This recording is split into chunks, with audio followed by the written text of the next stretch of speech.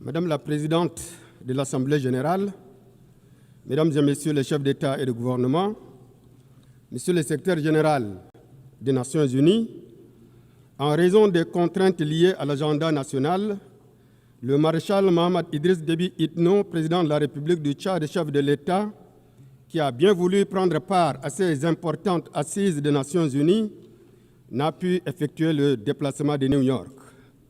Il tient à exprimer ses sincères regrets pour cette absence et me charge de vous livrer son message qui réaffirme l'attachement du Tchad au principe du multilatéralisme et de la souveraineté des peuples.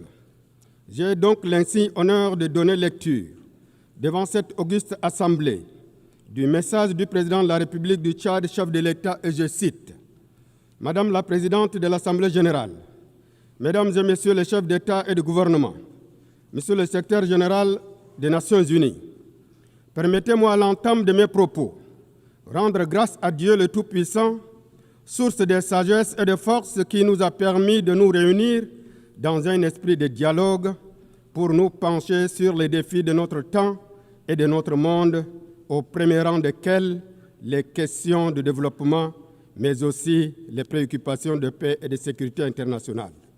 Je tiens à adresser toutes nos félicitations à Mme Annela Baerbock, présidente de la 80e session de l'Assemblée générale pour son élection, et l'assurer du plein soutien de mon pays dans l'accomplissement de son mandat.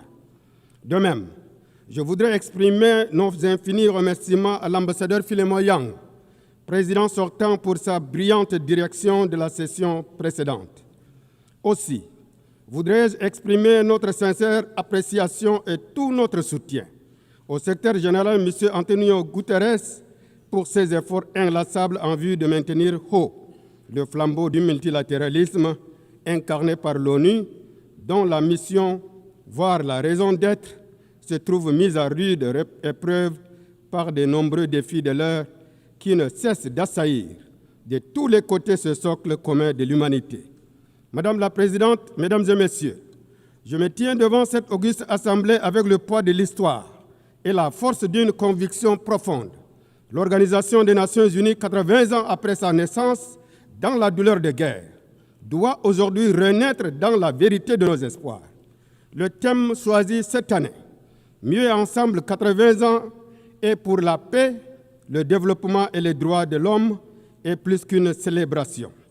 Il est une interpellation, une invitation à réexaminer le rôle, la pertinence et surtout la légitimité politique et morale de notre organisation commune. Il serait injuste de nier les mérites historiques de l'ONU. Elle a contribué à préserver la paix mondiale, encadrer la décolonisation, faire progresser les droits humains et offrir un cadre de coopération multilatérale. Néanmoins, il convient de souligner que 80 ans après sa création, l'ONU reste encore loin d'avoir accompli les objectifs qui lui sont assignés par la Charte. En dépit des avancées indéniables relevées si haut, force est de constater que l'ONU n'a jamais autant déçu, notamment en raison de son incapacité à arrêter les conflits meurtriers qui continuent à faire rage dans plusieurs parties du monde. En Afrique, en Asie, en Amérique du Sud, la défiance grandit. Parce que trop souvent, les décisions majeures de cette organisation semblent servir les intérêts de quelques grandes puissances au détriment des aspirations des pays du Sud. Parce que le Conseil de sécurité reste une structure figée, héritée de l'après-guerre, où l'Afrique, berceau de 5e de l'humanité, demeure exclue de toute représentation permanente. Parce que les mécanismes de sanction et d'intervention sont sélectifs et l'indignation semble parfois géographiquement conditionnée. Nous devons avoir le courage de le dire ici, sans détour. Les missions de maintien de la paix de l'ONU ont parfois failli à leurs promesses et à leurs devoirs. Que ce soit en Haïti, en République centrafricaine, en République démocratique du Congo ou encore au Mali, les casques bleus ont été, dans certains cas, accusés d'inaction, voire de comportements contraires aux principes de l'organisation qui l'incarne. Comment comprendre qu'au lieu de protéger, certains aient été complices de violations. Comment expliquer qu'après des décennies de présence, des conflits persistent et même s'aggravent? Ces échecs, parfois tragiques, érodent la légitimité de l'ONU sur le terrain et dans les cœurs. Il est impératif que les opérations de maintien de la paix soient réformées en profondeur, évaluées de façon transparente et recentrées sur leur mission fondamentale, protéger les populations civiles. Madame la Présidente, Mesdames, Messieurs, depuis plus de 7 décennies, le monde assiste impuissant à un drame humain et politique.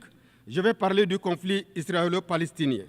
La situation à Gaza, marquée par des bombardements indiscriminés, des morts de civils par milliers et la destruction systématique d'infrastructures vitales, constitue un échec collectif de la communauté internationale. Il ne s'agit plus d'un conflit, il s'agit d'un scandale humanitaire et un défi moral sans précédent. La guerre larvée entre Israël et Iran, les tensions régionales et l'incapacité de l'ONU à imposer une solution durable mettent en péril non seulement la stabilité du Moyen-Orient, mais surtout la paix dans le monde.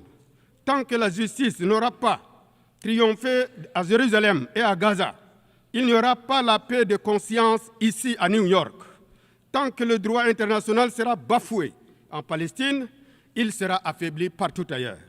Nous appelons, comme chaque année depuis des décennies, à la reconnaissance effective de l'État palestinien dans les frontières de 1967, la fin immédiate de colonisation illégale et une solution politique garantissant la coexistence des 2 États viables, libres et sécurisés. À ce titre, mon pays se félicite de l'adoption à une très large majorité de la déclaration de New York sur la Palestine du 12 septembre 2025, qui constitue une avancée historique et une étape majeure dans la quête d'une paix juste, globale et durable au Proche-Orient. Notre devoir collectif à partir de cet instant est de transformer une forte déclaration en acte concret et faire de l'espérance du peuple palestinien une réalité. Madame la Présidente, Mesdames et Messieurs, dans le monde du développement, l'ONU peine à susciter le grand sursaut collectif indispensable pour matérialiser la mise en œuvre des agendas internationaux, au premier rang desquels le programme 2030. À 5 ans de l'échéance fatidique, il va falloir mobiliser annuellement plus de 4 000 milliards de dollars pour combler le déficit de financement du développement dans les pays pauvres. À cet égard, l'engagement de ces villes constitue, à n'en point douter, la dernière chance pour passer de la parole à l'action en vue d'accélérer la mise en œuvre des ODD. Madame la Présidente, Mesdames et Messieurs, qu'il s'agisse de la paix et de la sécurité internationale et du développement ou de l'action climatique, l'avenir du multilatéralisme auquel nous sommes tous attachés est mis véritablement en jeu. Il nous faudra pour cela un engagement sans faille, une détermination sans relâche et une action collective plus solidaire et vigoureuse dans la mise en œuvre des objectifs communs qu'on s'est fixés tels que l'agenda 2030, l'engagement de Séville, l'accord de Paris, le pacte pour l'avenir ou encore le plan d'action de Doha en faveur des paiements, le plan d'action d'Antigua et Barbuda pour les petits États insulaires en développement et le plan d'action d'Awaza en faveur des pays en développement sans littoral. Oui, la réussite de l'ONU sera aussi et surtout jaugée à l'aune de notre capacité collective à aider les pays vulnérables, tels que les pays africains et les pays en situation spéciale, à relever les défis afin que personne ne soit laissé de côté. Madame la Présidente, Mesdames et Messieurs, en dépit des frustrations légitimes à l'égard de l'ONU, au vu des défis qui se démultiplient et qui se complexifient de jour en jour, il est également certain que jamais le monde n'a eu autant besoin de l'ONU et du multilatéralisme. Tant ces défis ne peuvent être appréhendés et traités qu'à travers la concertation, la coopération et l'action collective.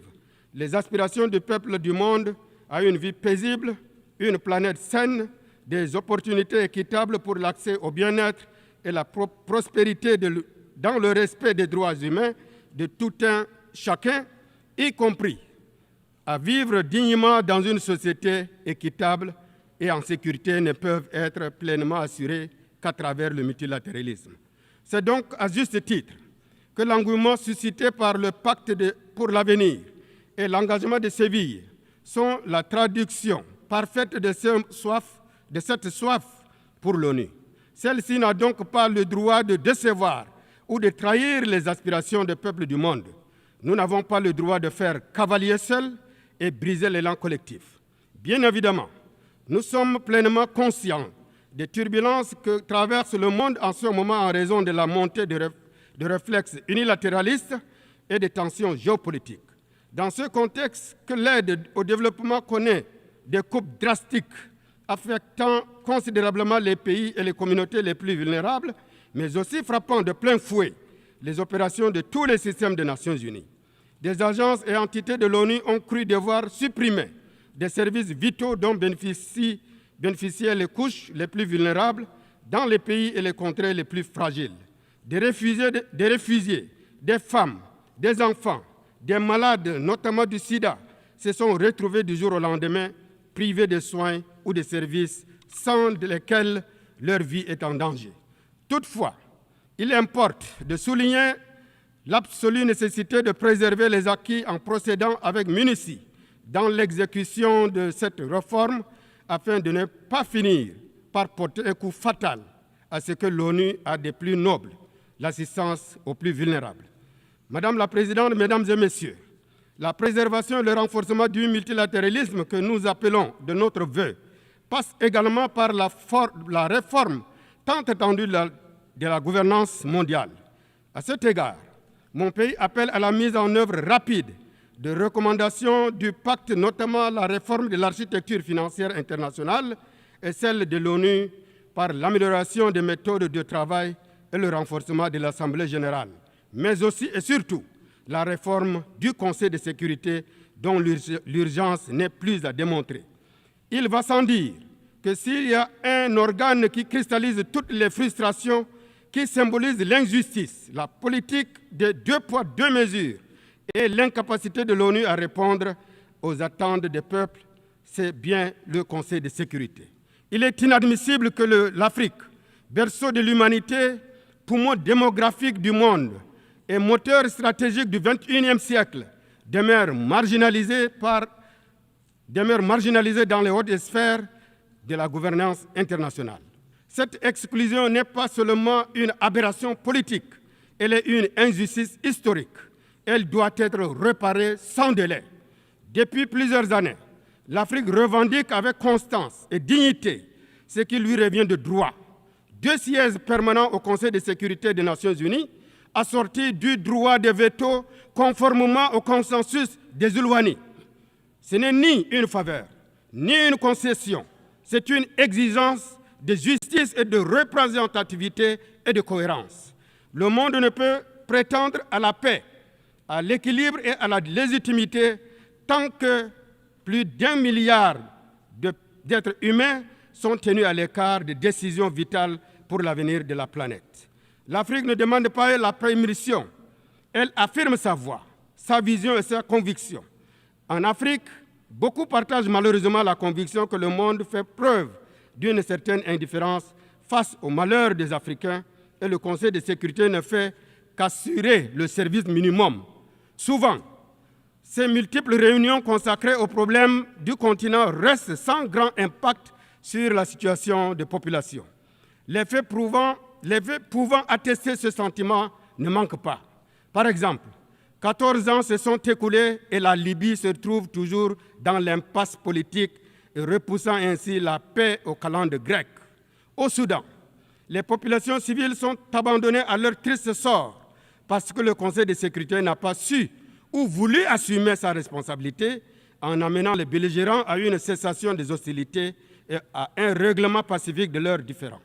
Cette incapacité du Conseil des Nations Unies à jouer pleinement son rôle de garant de la paix et de la sécurité internationale est une raison de plus d'accélérer sans délai sa réforme pour l'adapter à la réalité du monde aujourd'hui et le rendre plus inclusif, plus représentatif, plus démocratique et donc plus efficace.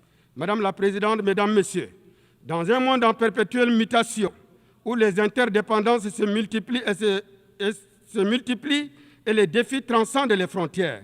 Mon pays, le Tchad, réaffirme du haut de cette tribune une vérité fondamentale. La souveraineté des États demeure le socle de l'ordre international. La souveraineté n'est ni un privilège, ni une concession. Elle est un droit inaliénable inscrit dans la Charte des Nations Unies, qui garantit à chaque peuple la maîtrise de son destin, la libre détermination de ses choix politiques, économiques et culturels et le respect de son identité propre. Dans le concert des nations, chaque État est une note singulière qui enrichit l'harmonie mondiale. Aucun ne doit être réduit au silence. Aucun ne doit être contraint à l'uniformité.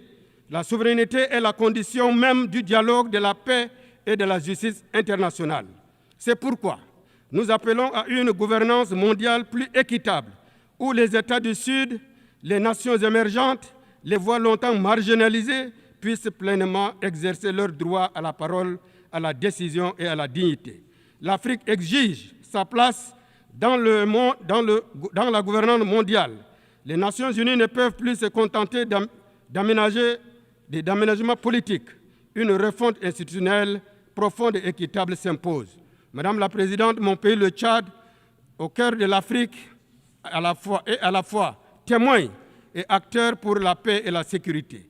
Il est à la croisée de tous les défis contemporains, sécurité, humanitaire, climatique et aussi d'immenses espoirs de renaissance. Notre pays fait face à une menace persistante du terrorisme qui déstabilise la région du bassin du lac Tchad. Face à la secte Boko Haram, le Tchad n'a reçu aucun soutien extérieur et a dû affronter seul le poids de la lutte.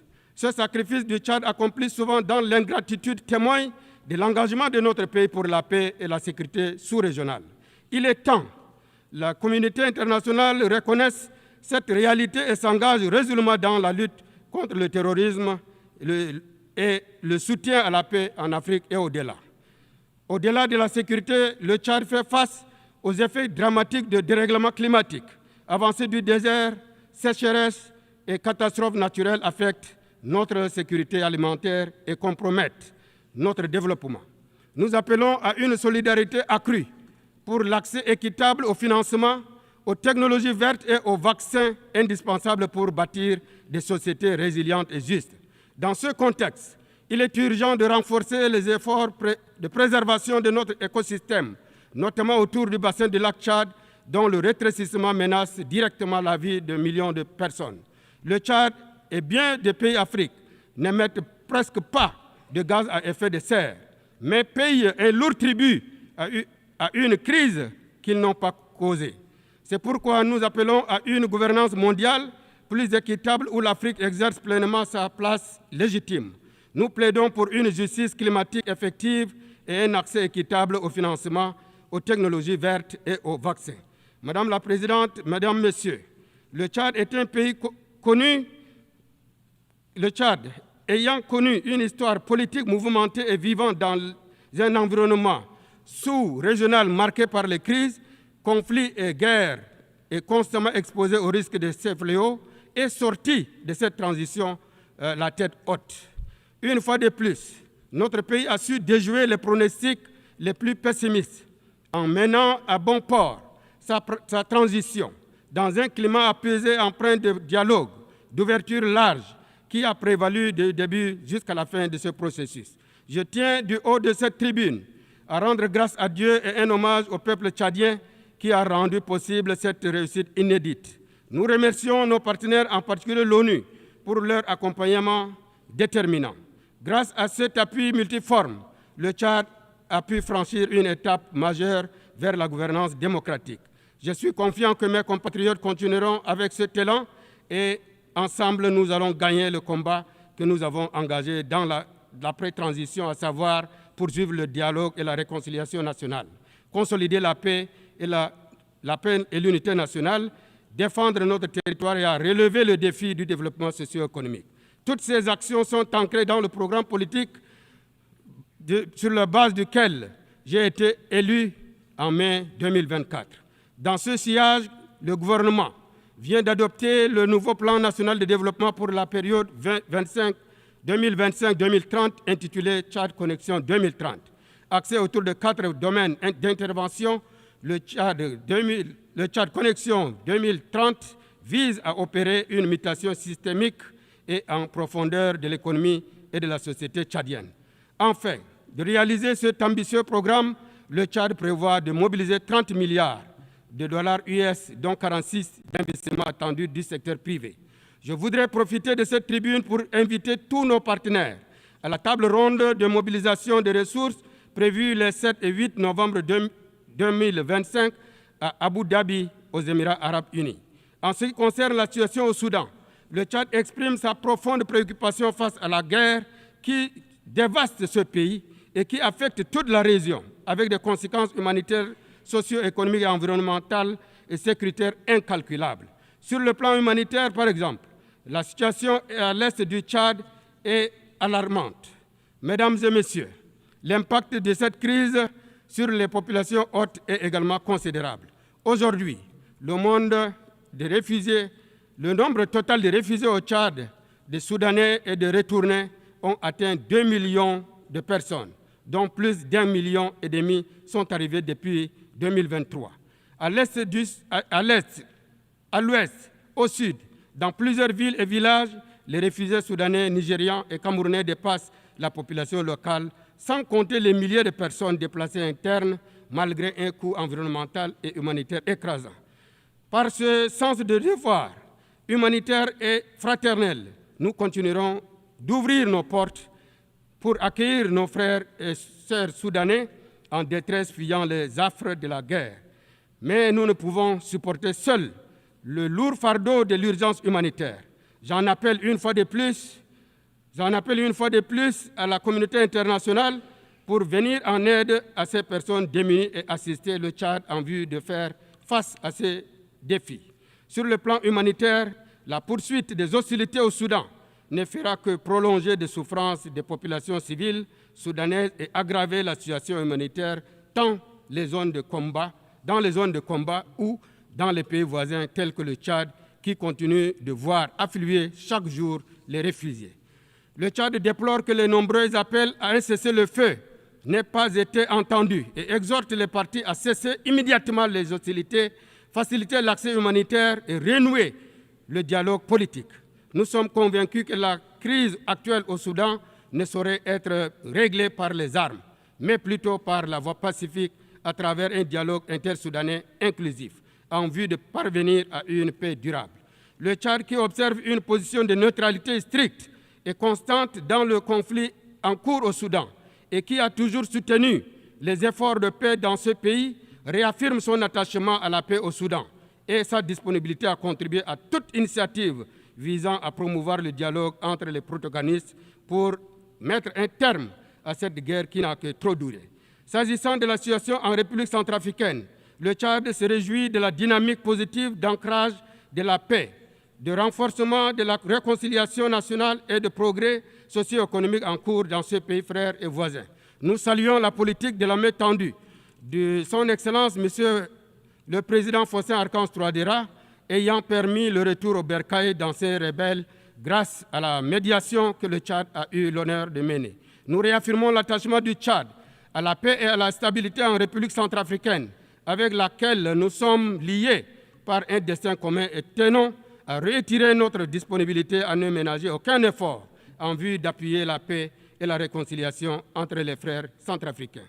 Mesdames, Messieurs, distingués invités, au-delà de notre région, l'Afrique dans son ensemble demeure ce continent qui cristallise toutes les attentions, en prise avec les crises cycliques par endroits et marginalisé dans les instances de gouvernance mondiale. Si l'ONU veut survivre aux prochaines décennies, elle doit redevenir la maison des peuples, pas celle des puissants.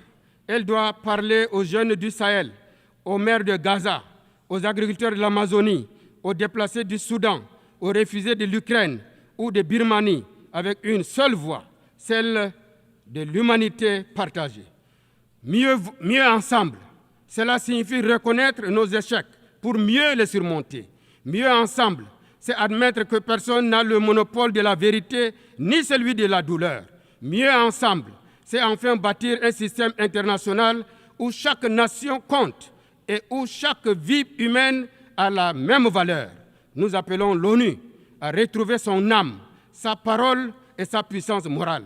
Madame la Présidente, Mesdames, Messieurs, le Tchad croit à la paix, le Tchad croit en l'ONU, mais plus encore, le Tchad croit à l'humanité, parce qu'il en est le berceau, parce que nous sommes convaincus qu'ensemble, unis dans la diversité, nous pouvons relever les défis de notre temps, changer le monde, partager les droits fondamentaux, faire prévaloir la paix et assurer un développement durable pour tous.